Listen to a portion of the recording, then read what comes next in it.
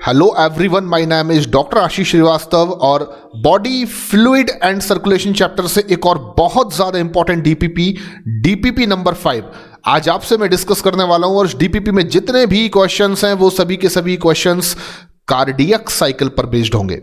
तो प्रीवियसली भी हम एक डीपीपी कार्डियक साइकिल पर डिस्कस कर चुके हैं और आज की डीपीपी में भी जो क्वेश्चंस हैं वो इसी सेम टॉपिक पर हैं। तो बहुत इंपॉर्टेंट है ये सभी क्वेश्चंस और आपको केयरफुली इन क्वेश्चंस को रीड करना है, सही आंसर को सजेस्ट करना और कमेंट बॉक्स पर लिखकर बताना है। तो पहला क्वेश्चन है, what happens when the pacemaker becomes non functional, यानी कि आपके हार्ट की जो जान है वो आपका SA नोड है जिसको हम हार्ट का पेस मेकर कहते हैं। और अगर ये नॉन फंक्शनल हो जाए तो उस कंडीशन में आपके हार्ट को क्या फर्क पड़ेगा। तो मैं आपको ये बताना चाहता हूं कि हमारे हार्ट को बनाने वाली जो मसल्स हैं उनको हम कार्डियक मसल्स कहते हैं और हमारी कार्डियक मसल्स की सभी सेल्स में ये एबिलिटी बिल्कुल होती है कि वो एक्शन पोटेंशियल को जनरेट कर सकती हैं। बट ये काम यानी कि हार्ट में नॉर्मल कार्डियक एक्टिविटी परफॉर्म हो, नॉर्मल कॉन्ट्रैक्टाइल एक्टिविटी परफॉर्म हो, इस काम को बहुत इजी वे में कर सकता है हार्ट का SA नोड, क्योंकि ये maximum number of action potential को जनरेट करता है। मैं आपको ये भी बताना चाहता हूं कि AV नोड हार्ट का सेकेंड पेस मेकर होता है, लेकिन ये maximum number of action potential को जनरेट नहीं कर पाता।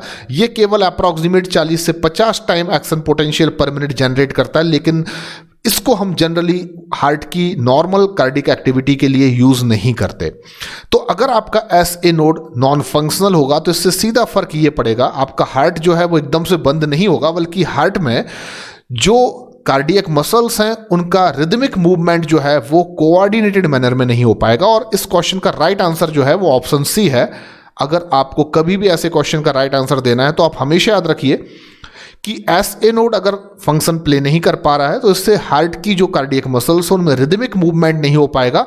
नॉर्मल जो कॉन्ट्रैक्टाइल एक्टिविटी हार्ट की है वो अफेक्टेड होगी, डेफिनेटली कार्डियक एक्टिविटी हार्ट की अफेक्टेड होगी, क्योंकि रिदम में हार्ट अपना मूवमेंट या कार्डियक मसल्स अपना मूवमेंट नहीं कर पाएंगी। जिस क्वेश्चन का जो राइट आंसर है दैट इज ऑप्शन C। अगला क्वेश्चन है, इन द गिवन फिगर, आपको यहां पर एक फिगर दिया गया है, ये एक फिगर है और इस फिगर में आपको बताया जा रहा है कि ये एक पाई चार्ट है। इस पाई चार्ट में आपको ये दिखाया जा रहा है कि ये कार्डियक साइकिल को रिप्रेजेंट कर रहा है, जिसमें अप्रॉक्सीमेट हाफ पोर्शन जो है उसको A से रिप्रेजेंट किया गया है जो एक्चुअली में 0.4 सेकेंड का टाइम है। B यहां पर जो है वो रिप्रेजेंट कर रहा है 0.1 सेकेंड को और C यहां पर रिप्रेजेंट कर रहा है अप्रॉक्सीमेट 0.3 सेकेंड को। आपको बताना है कि कार्डियक साइकिल के ये तीनों इवेंट्स जो हैं वो कौन से इवेंट्स हैं। तो जैसा कि हम सभी जानते हैं कि कार्डियक साइकिल में सबसे ज्यादा लॉन्गेस्ट ड्यूरेशन होती है ज्वाइंट डायस्टोल की, यानी कि ओवरऑल आपकी जो कार्डियक साइकिल है वो 0.8 सेकेंड की होती है, जैसा कि हम सभी जानते हैं। और इस 0.8 सेकेंड की साइकिल में अप्रॉक्सीमेट हाफ यानी कि 0.4 सेकेंड का जो टाइम ड्यूरेशन होता है वो ज्वाइंट डायस्टोल का होता है। तो A का मतलब यहां पर क्या होगा, ज्वाइंट डायस्टोल, यहां पर लिख देता हूं मैं। अब B जो है वो रिप्रेजेंट कर रहा है यहां पर 0.1 सेकेंड, यानी कि इसका मतलब साफ है कि 0.1 सेकेंड का जो ड्यूरेशन होता है वो एट्रियल सिस्टोल का होता है, जबकि C रिप्रेजेंट कर रहा है 0.3 सेकेंड को। तो मैं सिंपल ही बता सकता हूं कि 0.3 सेकेंड का जो ड्यूरेशन होता है कार्डियक साइकिल में वो वेंट्रिकुलर सिस्टोल का होता है, यानी कि वेंट्रिकुलर सिस्टोल को मैं V.S. लिख देता हूं। तो एक्चुअली में आपको ऐसे ऑप्शन को सिलेक्ट कर लेना है जिसमें A का मतलब ज्वाइंट डायस्टोल, B का मतलब एट्रियल सिस्टोल और C का मतलब वेंट्रिकुलर सिस्टोल दिया हो। ऑप्शन D में बिल्कुल ऐसा कुछ दिया गया है, तो ये ऑप्शन D इस क्वेश्चन का बिल्कुल करेक्ट आंसर हो जाएगा। तो बहुत सिंपल क्वेश्चन है अगर आपने कार्डियक साइकिल को पढ़ा है। अगला क्वेश्चन है, which of the following statement regarding the cardiac system is correct या आर करेक्ट। तो यहां पर आपको 4 स्टेटमेंट्स दिए जा रहे हैं, कार्डियक सिस्टम से रिलेटेड स्टेटमेंट्स ये हैं, पर इनमें से जो करेक्ट हैं आपको उनको सिलेक्ट करना है। तो पहला है, human heart is an ectodermal derivative, तो बिल्कुल गलत कर दीजिए क्योंकि ह्यूमन हार्ट मेसोडर्मली डिराइव्ड है। सेकेंड स्टेटमेंट है, mitral valve guard the opening between the right atrium and left ventricle, तो बिल्कुल गलत दिया गया है। मिट्रल वॉल्व हम बाइकस्पिड वॉल्व को कहते हैं जो कि लेफ्ट एट्रियम और लेफ्ट वेंट्रिकल को या लेफ्ट वेंट्रिकल के बीच में जो होते हैं ये प्रेजेंट होते हैं, उनको गार्डेड करते हैं। एंड तीसरा यहां पर, तो सेकंड वाला ऑप्शन भी आपका गलत हो गया यहां पर। थर्ड नंबर दिया गया एस ए नोड, जिसको हम पेस मेकर भी कहते हैं, is located on left upper corner of the right atrium, तो it is present on right upper right corner of the right atrium. तो यहां पर लेफ्ट लिखा हुआ है, दैट मीन्स कि ये बिल्कुल गलत हो गया। मैं कई बार आपको बता चुका हूं कि एस ए नोड की जो पोजीशन है वो राइट एट्रियम में अपर राइट कॉर्नर पर नियर द एट्रियल वॉल होती है। एंड फोर्थ नंबर का स्टेटमेंट है stroke volume into heart rate is equal cardiac output. तो वी नो दैट कि स्ट्रोक वॉल्यूम का मतलब क्या होता है, हम सभी जानते हैं। एक कार्डियक साइकिल में एक वेंट्रिकल, राइट या लेफ्ट, कोई एक वेंट्रिकल जितनी वॉल्यूम ऑफ ब्लड को पंप करती है, that is the stroke volume. For the normal healthy person stroke volume जो है वो 70 ml होती है। एंड हार्ट रेट हम सभी जानते हैं कि हमारा S A node maximum number of action potential generate करता है, एवरेज 72 पर मिनट। इसलिए हमारी हार्ट रेट को हम लोग जनरली एस ए नोड से ही डिटरमाइन करते हैं और वो भी 72 पर मिनट होती है। अगर आप स्ट्रोक वॉल्यूम यानी कि 70 का मल्टीप्लिकेशन कर दें हार्ट रेट यानी कि 72 से, तो आपको जो वॉल्यूम मिलेगी उसको आप कार्डियक आउटपुट कहेंगे और उसकी वैल्यू अप्रॉक्सीमेट 5000 ml या 5 लीटर होती है for the healthy normal human body. तो अब यहां पर मैं कह सकता हूं कि फोर्थ नंबर स्टेटमेंट भाई सही है। अब इसमें से आपको सिलेक्ट करना है स्टेटमेंट इनमें से कौन से सही हैं। तो केवल फोर्थ स्टेटमेंट यहां पर सही है, दैट मीन्स कि ऑप्शन डी जो है वो इस क्वेश्चन का बिल्कुल राइट आंसर है, ऑप्शन डी। तो मैं लिख सकता हूं राइट आंसर इस क्वेश्चन का जो होगा वो ऑप्शन डी होगा। अगले क्वेश्चन पर आते हैं। In a cardiac output of 5250 ml per minute with 75 heart beats per minute the stroke volume is. तो सिंपल है, हम सभी जानते हैं कि अगर आपको कभी भी स्ट्रोक वॉल्यूम को निकालना है तो उसके लिए आपको क्या करना होगा। स्ट्रोक वॉल्यूम को आप निकालना चाहते हैं तो आपको कार्डियक आउटपुट में या कार्डियक आउटपुट से डिवाइड कर देना है हार्ट बीट को। तो यहां पर अगर आपको स्ट्रोक वॉल्यूम को कैलकुलेट करना है तो आप कार्डियक आउटपुट ले लो 5250 ml और इसको डिवाइड कर दो आप 75 जो कि यहां पर हार्ट बीट्स हैं। तो आपको जो आंसर मिल जाएगा वो अप्रॉक्सीमेट आपको मिल जाएगा 70 ml। तो इस क्वेश्चन का राइट आंसर क्या होगा, ऑप्शन डी। तो आंसर जो है इस क्वेश्चन का राइट वो है ऑप्शन डी। तो कभी भी आपको याद रखना है बच्चों कि stroke volume into heartbeat is equal cardiac output.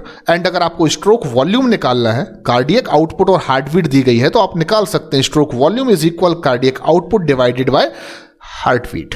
तो चलिए आगे बढ़ते हैं। फिफ्थ नंबर क्वेश्चन है rate of heartbeat is determined by. तो हमेशा याद रखिए जो हार्ट बीट है उसकी रेट को हम किससे डिटरमाइन करते हैं। हमारे हार्ट में सबसे इंपॉर्टेंट रोल पेस मेकर की तरह जो प्ले कर रहा है वो एस ए नोड है और ये maximum number of action potential को जनरेट कर सकता है 70 to 75 टाइम्स पर मिनट, एवरेज 72 टाइम्स पर मिनट, जिस पर ही डिपेंड करती है हमारे हार्ट की हार्ट बीट। और हार्ट बीट भी हमारी 72 एवरेज होती है टाइम्स पर मिनट। तो सीधा सा आंसर इसका एस ए नोड, आपको ज्यादा कंफ्यूज होने की जरूरत नहीं है, ऑप्शन डी। नेक्स्ट क्वेश्चन लेते हैं। Which one of the following is a matching pair. तो यहां पर 4 ऑप्शंस दिए गए हैं और चारों ऑप्शंस में आपको कुछ मैचिंग बनाई गई है। 2 अलग अलग चीजों को लेकर आपको बताना है किस ऑप्शन में जो मैचिंग है वो बिल्कुल करेक्ट है। तो हम सभी जानते हैं कि पहला ऑप्शन में लिखा हुआ है lub sharp closure of AV valve at the beginning of ventricular systole. तो बेसिकली लब और डब क्या है जल्दी से मैं आपको बता देता हूं। एक कार्डियक साइकिल में हमारे हार्ट से 2 प्रोमिनेंट साउंड प्रोड्यूस होते हैं। लब फर्स्ट साउंड है, S1 से रिप्रेजेंट करते हैं, एंड सेकेंड इज डब जिसको S2 से रिप्रेजेंट करते हैं। आपको हमेशा याद रखना है कि जो लब नाम का साउंड प्रोड्यूस होता है कार्डियक साइकिल में, फर्स्ट साउंड, उसके प्रोड्यूस होने का कारण होता है closure of tricuspid and bicuspid valve at the beginning of ventricular systole. हमने कार्डियक साइकिल में ये पढ़ा है। तो वेंट्रिकुलर सिस्टोल यानी वेंट्रिकल में जैसे ही कॉन्ट्रैक्शन स्टार्ट होगा, beginning of the ventricular systole, आप देखेंगे वेंट्रिकल के अंदर इंटरवेंट्रिकुलर प्रेशर जो है वो थोड़ा सा बढ़ेगा और उतने से बढ़ने से जो ट्राइकस्पिड और बाइकस्पिड वॉल्व है वो जल्दी से बंद हो जाएंगे, क्लोज हो जाएंगे, ताकि बैक फ्लो ऑफ ब्लड यानी कि वेंट्रिकल से एट्रियम में ब्लड का बैक फ्लो ना हो सके। तो ये पहला वाला जो ऑप्शन है यहां पर बच्चों ये बिल्कुल करेक्ट पेयर है। पर आगे के सभी पेयर्स को भी मुझे आपको बताना होगा, जैसे कि डब सेकंड प्रोमिनेंट साउंड होता है कार्डियक साइकिल के दौरान, और इस साउंड के प्रोड्यूस होने के पीछे का रीजन होता है closure of semilunar valve at the beginning of ventricular diastole, या कह सकते हैं at the end of ventricular systole. तो यहां पर तो क्लोजर की जगह ओपनिंग वर्ड यूज किया गया, इसलिए ये गलत हो जाता है। थर्ड है यहां पर C option, pulsation of the radial artery, और उसके सामने लिखा हुआ valve in the blood vessels. तो हम सभी आपको बता सकते हैं, मैं आपको बता सकता हूं कि हमारी जो रेडियल आर्टरी है, जिसको पकड़कर डॉक्टर हमारा बॉडी में देखता है कि हमें फीवर है कि नहीं है, हमारे बॉडी फंक्शनिंग सही चल रही है कि नहीं चल रही है। तो रेडियल आर्टरी जो होती हैं जनरली, आपको बता दूं, उससे हम जनरली वो ये इंडिकेट करती है कि सिस्टोलिक ब्लड प्रेशर क्या होगा। तो pulsation of the radial artery valve in the blood vessels, ये बिल्कुल इनकरेक्ट यहां पर मैच है, इसलिए मैं इसको गलत कर देता हूं, क्योंकि generally radial pulse indicate a systolic blood pressure. And D यहां पर ऑप्शन दिया जा रहा है इनिशिएशन ऑफ हार्ट बीट, और सामने पुरकिंजे फाइबर्स लिखा हुआ है, that is completely wrong. Initiation of heartbeat के लिए रिस्पॉन्सिबल एस ए नोड होता है, तो ये भी यहां पर इनकरेक्ट है। तो इस क्वेश्चन का राइट आंसर जो होगा वो आपको याद रखना है, ऑप्शन ए होगा, जो आप समझ चुके हैं। 7th number question, the longer heart sound. तो प्रोमिनेंट साउंड जो प्रोड्यूस होते हैं एक कार्डियक साइकिल में, फर्स्ट इज द लब, सेकंड इज द डब, और मैं आपको बताना चाहता हूं कि जो लब है उसका ड्यूरेशन होता है 0.15 सेकेंड, ठीक है, एंड जो डब है उसका जो ड्यूरेशन होता है दैट इज 0.12 सेकेंड। वैसे आपका वेंट्रिकुलर सिस्टोल जो है उसका ओवरऑल ड्यूरेशन होता है 0.3 सेकेंड, और वेंट्रिकुलर सिस्टोल की बिगिनिंग में आप देखते हैं closure of tricuspid bicuspid valve की वजह से साउंड प्रोड्यूस होता है लब, और आप देखते हैं कि बिगिनिंग ऑफ वेंट्रिकुलर डायस्टोल में एक साउंड प्रोड्यूस होता है due to closure of semilunar valve, जिसको आप बोलते हैं डब।